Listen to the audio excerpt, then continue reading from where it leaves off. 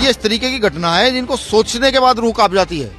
और भाजपा के लोग फिर सीना चौड़ा होकर चलते हैं, उनके मंत्री, उनके मुख्यमंत्री अपना सीना चौड़ा करके चलते हैं और ये कहते हैं कि नहीं हमारा शासन सुशासन है। महिला दिवस तब तक मनाना संभव नहीं है जब तक देश की महिलाएं सुरक्षित ना हो।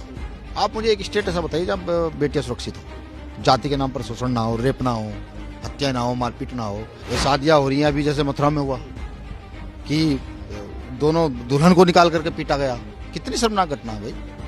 मतलब सोचते हुए शर्म आनी चाहिए।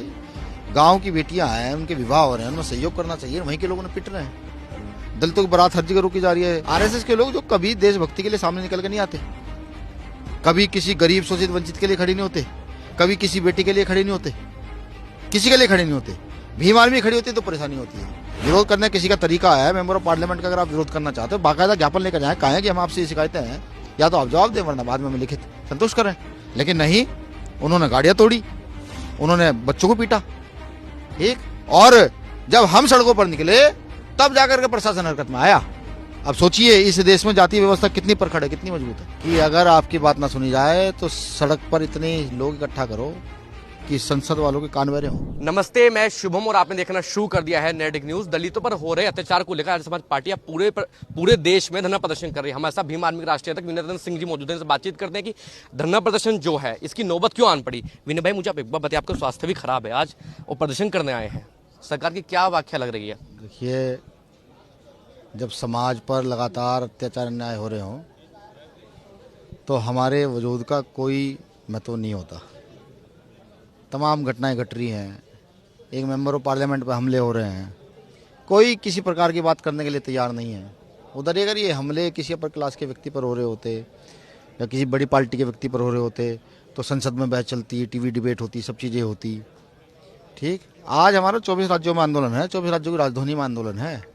उत्तर प्रदेश के अंदर सारे लोग डिटेन कर लिए हैं। पुलिस जो है ना धरना स्थल तक पहुंचने नहीं दे रही है। पुलिस ये नहीं चाहती कि हम अपना ज्ञापन दे सकें। दिल्ली के अधिकारी निरंकुश सोच चले हैं, उनको ये लगने लगा कि भीम आर्मी यही ऐसे ही है। शायद उनको ये अंदाजा नहीं कि भीम आर्मी का अपना एक वजूद है इस देश के अंदर। आंदोलन तो होंगे। हमारे पुरखों ने कहा है कि अगर आपकी बात ना सुनी जाए तो सड़क पर इतने लोग इकट्ठा करो कि संसद वालों के कान बहरे हों। ठीक है, अगर सरकार प्रशासन ये समझती है भाई चंद्रशेखर आज़ाद जी पर बार बार हमला करा करके और हम सबको डराने का प्रयास करेगी तो ये उनकी गलतफहमी है। हम इतने ताकत में इस देश में हैं कि हम एक आह्वान करें तो सड़कें जाम हो जाती हैं। ठीक, या तो सरकार उनकी सुरक्षा को बढ़ाए वरना हम आंदोलन से रुकेंगे नहीं। ये आपने एक आंदोलन है, ठीक है, आपने हमारे लोग डिटेन किए, सब चीज़ें की हैं, हम फिर करेंगे। कितनी बार डिटेन करोगे?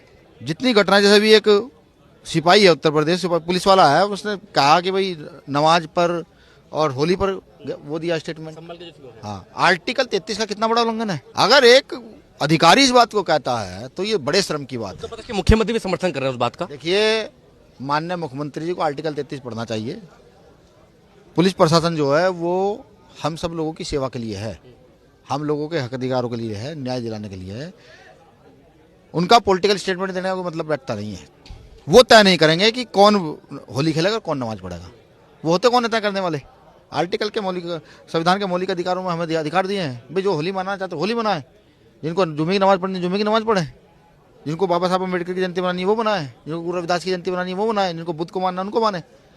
लेकिन इस सरकार को जो है ना, ये सरकार जो है इस देश में सिर्फ ये सोचती है कि इस देश के साथ जो कुछ करने वाले वो आरएसएस के लोग ही हैं, क्योंकि आरएसएस के लोग ही हैं।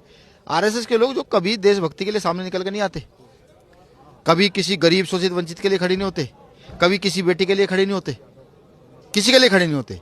भीम आर्मी खड़ी होती है तो परेशानी होती है। ठीक, इस देश में, ये देश उतना हिंदुओं का है, इतना मुसलमानों का, इतना दलित पिछड़ा आदिवासियों का है। ये देश सबका बराबर है। ठीक, और जब तक हम इस देश में हैं तो किसी के हक अधिकार को मरने नहीं दिया जाएगा। न्याय के लिए लड़ाई मजबूत करेंगे, चाहे हमें उत्तर प्रदेश बंद करना पड़े, दिल्ली बंद करना पड़े, चाहे पूरे देश में हमें धरने देने पड़े। अभी उड़ीसा में हमला हुआ चंद्रशेखर भाई पर, बताइए, उड़ीसा में हमला, एबीवीपी के कार्यकर्ता नशे की हालत में बैठते आकर के, रीजन देखिए, विरोध करने का अपना एक तरीका। हम भी तो विरोध करने आए हैं, विरोध करने किसी का तरीका है। मेंबर ऑफ पार्लियामेंट का अगर आप विरोध करना चाहते हो बाकायदा ज्ञापन लेकर जाएं, कहें कि हम आपसे ये शिकायतें हैं, या तो आप जवाब दें वरना बाद में लिखित संतुष्ट करें।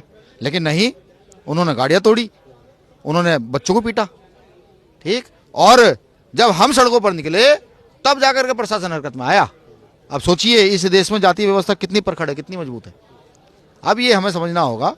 मैं तो आपके चैनल के माध्यम से जो भी आपके दर्शक हैं उनसे भी कहना चाहता हूँ, अगर आप ये चाहते हैं किसान का, मेरा, मजदूर का झंडा और डंडा बुलंद हो, उनकी बातों को सुना जाए, तो आप सबकी जिम्मेदारी है कि अब आप भीम आर्मी से जुड़े, अब आप आजाद समाज पार्टी के कार्यकर्ता बने, उससे जुड़ करके न्याय की आवाज़ को बुलंद करें। न्याय की आवाज़ बुलंद करेंगे तो ये देश जो है ये आगे की ओर बढ़ पाएगा, वरना देश आज एक जगह रुक गया। आज देश सिर्फ धर्म के नाम पर रुक गया है, प्रगति के नाम पर रुक गया। अगर सिर्फ धर्म के चक्कर में सब लोग लग रहेंगे तो देश की उन्नति संभव नहीं है। मेरा आखिरी सवाल आपसे, जिस तरीके से चंद्रशेखर पर भी हमले की आप बात कर रहे हैं, दलितों पर भी लगातार खबरें आ रही है कि बारात रोकी जा रही है, कि दलितों को मारा पीटा जा रहा है, एक सोची समझी साजिश नजर आ रही है कहीं ना कहीं? देखिए ये साजिश नहीं, ये बड़ी साजिश है। मैं तो ये नहीं समझ पा रहा हूँ बारात रोकने से किसी को क्या परेशानी है। भाई शादियाँ हो रही हैं, अभी जैसे मथुरा में हुआ कि दोनों दुल्हन को निकाल करके पीटा गया, कितनी शर्मनाक घटना है भाई। मतलब सोचते हुए शर्म आनी चाहिए। गांव की बेटियां हैं, उनके विवाह हो रहे हैं, उनमें सहयोग करना चाहिए, वहीं के लोगों ने पिट रहे हैं। दलितों की बारात हर जगह रोकी जा रही है, हर क्षेत्र में रोकी जा रही है। ये सरकार का फेलियर है और ये काम सब सरकार के सारे पर हो रहे हैं। हो सकता है कि सरकार कुछ ऐसी घटना घटित करना चाहती हो जिससे कि सबका ध्यान इस ओर रहे और वो आराम से। तो सरकार महिला दिवस मना रही थी कल, मोदी जी के सोशल मीडिया जो अकाउंट्स हैं वो महिला फॉलो कर रही हैं, महिला चला रही हैं उनको। मोदी जी को महिलाओं के सम्मान में मुझे लगता है कि ये भी अंदाजा है नहीं, क्योंकि घर में महिला नहीं है ना। ठीक, महिला दिवस तब तक मनाना संभव नहीं है जब तक देश की महिलाएं सुरक्षित ना हो। आप मुझे एक स्टेट ऐसा बताइए जब बेटियां सुरक्षित हो, जाति के नाम पर शोषण ना हो, रेप ना हो, हत्या ना हो, मारपीट ना हो। यहाँ तक कि राजस्थान की घटना है कि एक बेटी जो है, एक महिला जो है अपना मुकदमा दर्ज कराने गई थी, उसके 5 साल के बच्चे के साथ रेप कर दिया, पुलिस खाकी की वर्दी में पहने हुए लोगों ने। अब आप सोचिए कितनी भाजपा शासित राज्य हैं। अब इसमें कहने का कोई वही नहीं है, सब भाजपा शासित राज्य है। अब आप सोचिए ना कि इस तरीके की घटना है जिनको सोचने के बाद रूह कांप जाती है, और भाजपा के लोग फिर सीना चौड़ा होकर चलते हैं। उनके मंत्री, उनके मुख्यमंत्री अपना सीना चौड़ा करके चलते हैं और ये कहते हैं कि नहीं हमारा शासन सुशासन है। मैं कहता हूं उनका शासन ही सबसे बड़ा कुशासन है। हम लोगों की सत्ता आएगी, अम्बेडकर के लोगों का राज आएगा, भीम आर्मी के लोगों का राज आएगा, आजाद समाज पार्टी के लोगों का राज आएगा। हम बताएंगे शासन क्या होता है। मैं लिख कर देता हूं कि किसी भी क्षेत्र में गुंडे छोड़िए, किसी बेटी की तरफ कोई आंख उठा के नहीं देख पाएगा। ये आप लिख लीजिए आज, क्योंकि जिस दिन हमारी सत्ता आएगी तो पूर्ण न्याय पर आधारित करेंगे। हर उस ईमानदार व्यक्ति को ताकत देंगे जो वाकई ही सत्ता को सुरक्षित करके आगे की ओर बढ़ा सकता है। मेरा आखिरी सवाल आपसे, मेरा आपसे लास्ट इंटरव्यू हुआ था तो आपने कहा था कि आकाश का आप स्वागत करेंगे पार्टी में। अब तो पार्टी से निष्कासित हो गए, तो कब स्वागत कर रहे हैं उनका आप? देखिए मैं दुखी हूँ भाई के लिए, कुछ भी है तो वेलकम करने वाले थे पहले। देखिए मैं वेलकम तो भी कर रहा हूँ, मैं उसके भाई के लिए दुखी हूँ। कुछ भी है, एक नई लीडरशिप को वो कहीं ना कहीं रिप्रेजेंट करके आगे की ओर बढ़ रहा था।